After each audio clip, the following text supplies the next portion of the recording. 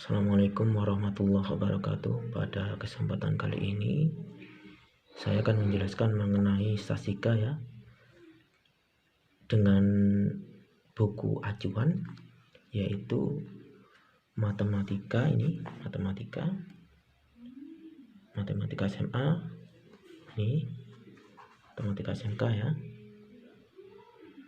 kelas 3 ya, kelas 12, penerbitnya Erlangga. Kemudian yang kita akan pelajari adalah mengenai bab 2. Kita lihat daftar isinya dulu. Ya. Statistika nanti. Nah, ini bab 2 statistika ya.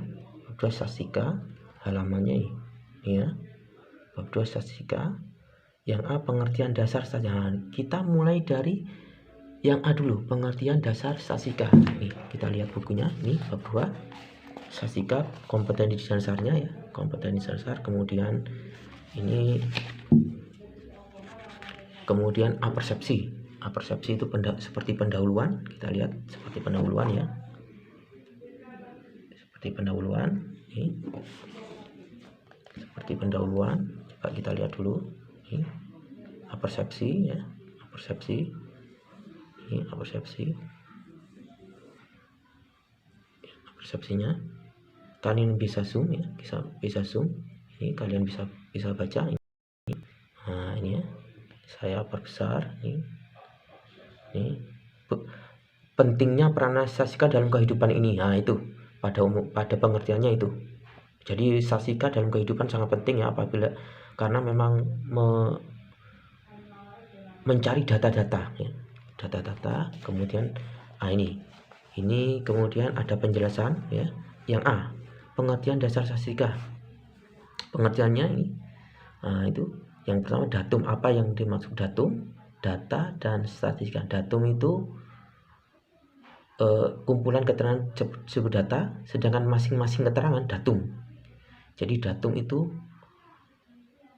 jadi data itu bentuk jamak dari datum.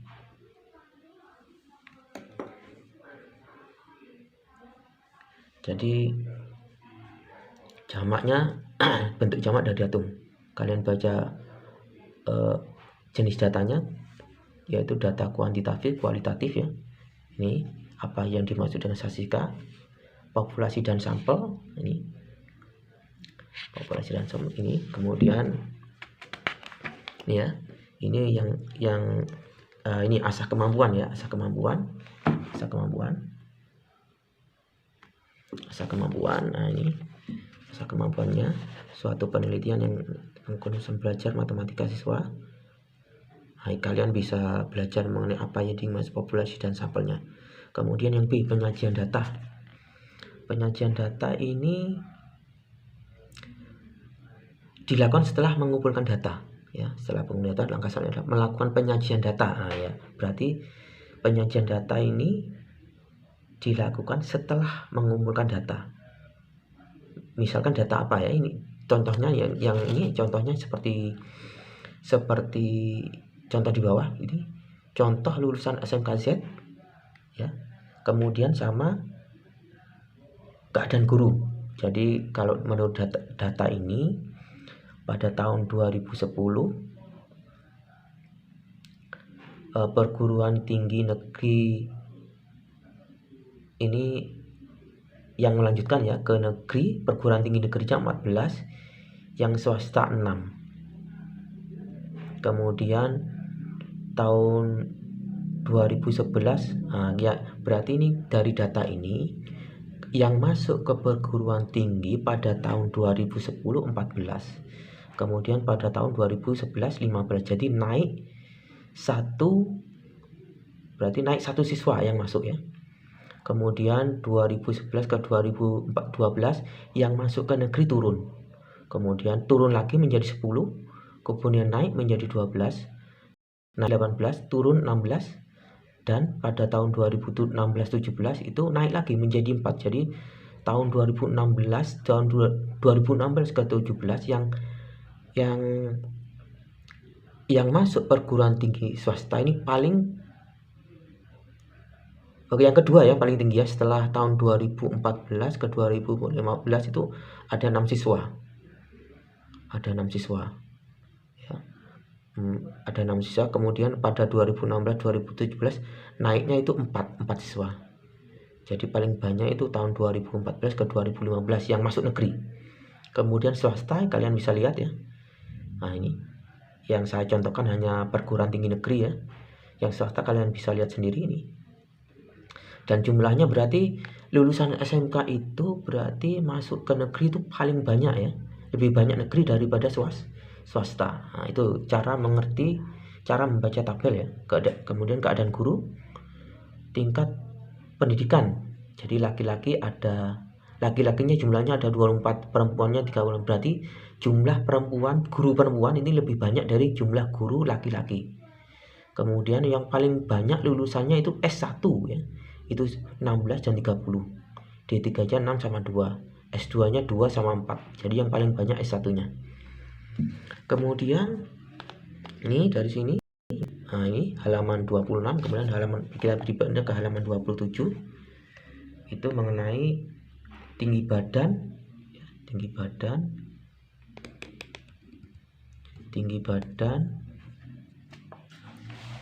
kan.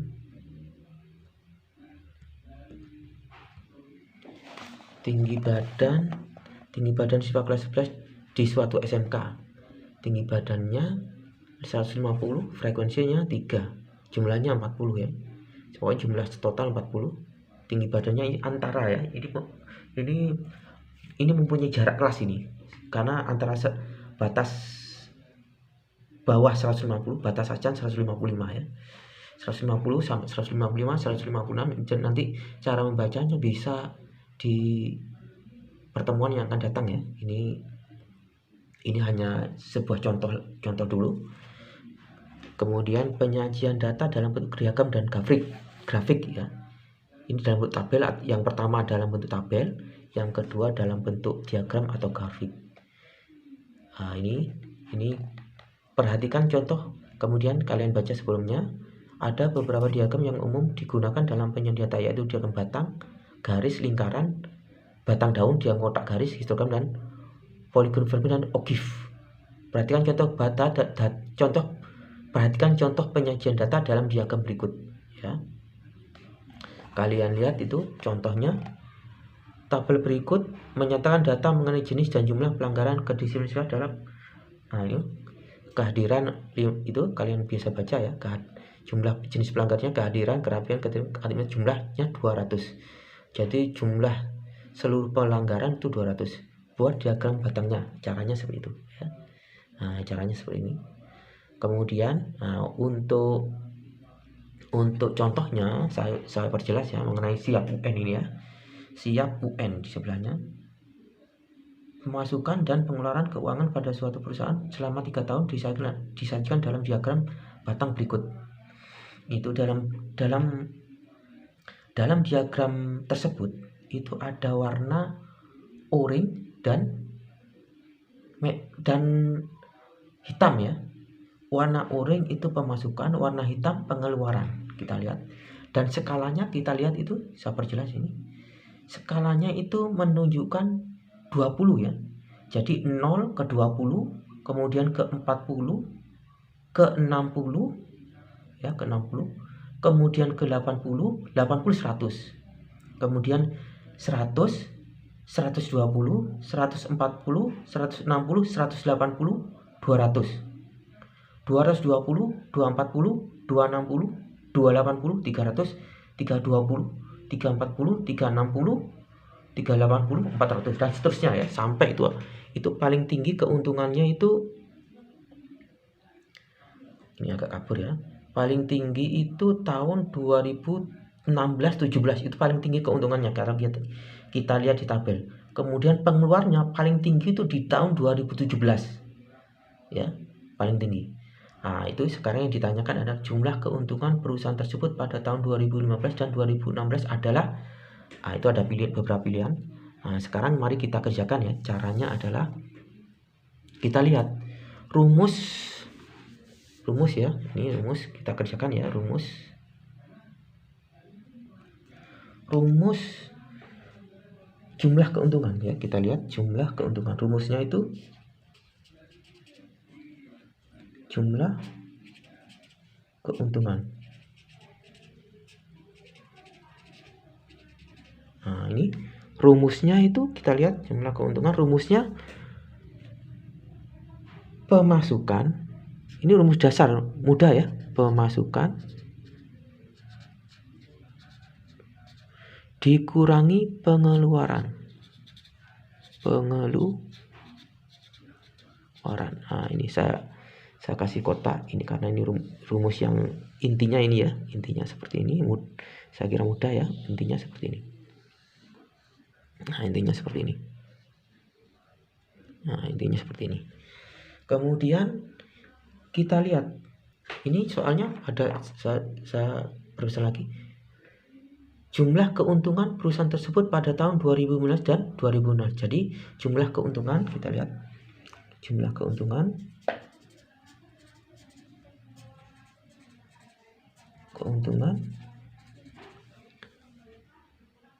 pada tahun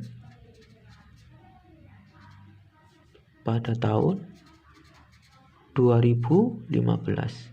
Jadi jumlah keuntungannya kita lihat ya, jumlah keuntungan. Kita lihat di rumusnya tadi yang saya beri kotak. Jumlah keuntungan sama dengan, nah ini pemasukannya berapa? Coba kita lihat ya. Pemasukan pada tahun 2015 yang warna oranye itu mendekati titik berapa itu ya? Itu kita anggap 500 juta. Itu kita lihat di sampingnya. Di samping diagram batangnya jumlah. Jadi itu dalam jutaan rupiah. Jadi kita anggap ini pemasukannya pada tahun 2015 ya 500 juta. Nah, 500 juta. Dikurangi dengan pengeluaran pada tahun 2015. Kita lihat yang warna hitam. Itu kita lihat ya mendekati angka 440. Jadi mendekati angka 440 juta.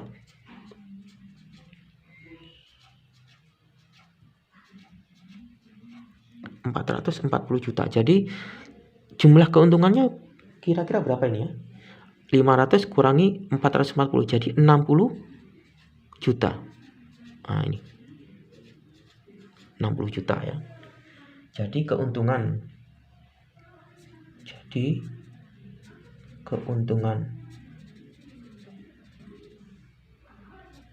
pada tahun 2015 adalah 60 juta. 60 juta ya. Kemudian jumlah keuntungan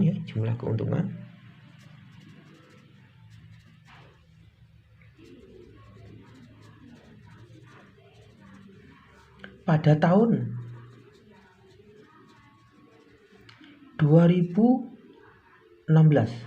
Nah, ini kita tulis rumusnya jumlah keuntungan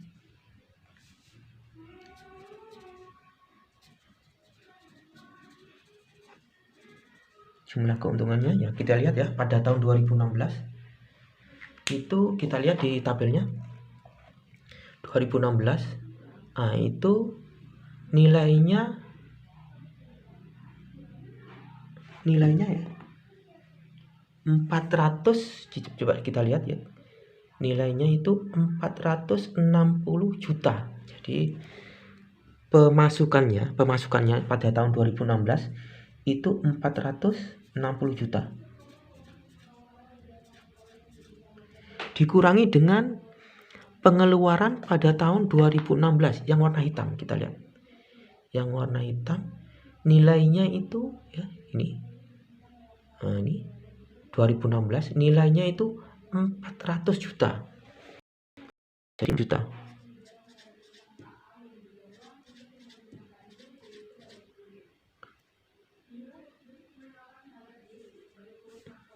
Nah, jadi tinggal jumlah keuntungannya berapa? Pemasukan dikurangi pengeluaran tahun 2016 460 kurangi 400 berarti 60 juta.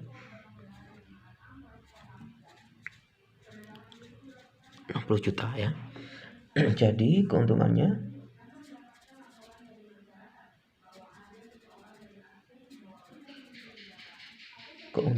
pada tahun 2016 adalah 60 juta ya. 60 juta. Ini pada tahun 2016. Nah, jadi kemudian kita lihat yang ditanyakan sekarang, jumlah keuntungan perusahaan tersebut pada tahun 2015. Nah, jadi dari hal ini kita bisa keuntungan perusahaan. Jadi ya, keuntungan perusahaan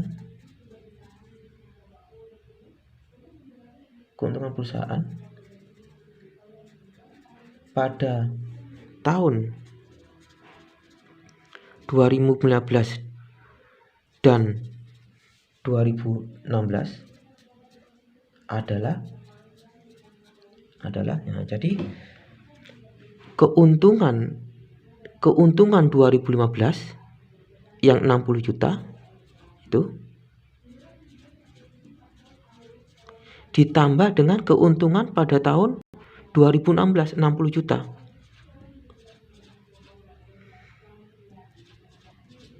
Nah, ya, jadi sama dengan berapa? Sama dengan totalnya berarti 120 juta. Nah, ini. Jadi kalian bisa lihat ini pilihannya berarti yang mana? Yang D ya. 120 juta. Jadi keuntungan ini 120 juta ini ya. Jadi keuntungan, nah ini saya garis bawahi, ini akhirnya saya garis bawahi ini ya. Kita temukan bahwa keuntungan perusahaan pada tahun 2016 adalah 120 juta yang D. Jadi cara mengerjakannya seperti itu. Kalau kita membaca pada diagram batang yang menggunakan skala ini penting ya. Kalian harus bisa membaca skalanya. Jadi skalanya ini dia itu 20. Jadi dari 0 ke 20 yang seperti yang saya jelaskan tadi awal. Jadi 0 ke 20, 20 ke 40, 40 ke 60, 60 80 ke 100. Jadi kita bisa lihat loncatannya itu setiap skala itu ada 5. Jadi nanti 100 itu yang pertama 100 dibagi dengan 5. Jadi nilainya adalah 20. Jadi setiap skala itu nilainya 20. Jadi 0 ke 20, 20 ke 40, 40 ke 60, 60 ke 80, 80 ke 100. Nah, itu ya cara membacanya. Saya kira udah jelas ya. Jadi nilainya kita dapat 120 juta. Nah, sekian dulu penjelasan dari saya mengenai pembacaan diagram ya. Lengkap dengan soal-soalnya siap UN. Saya akhiri dulu. Assalamualaikum warahmatullahi wabarakatuh.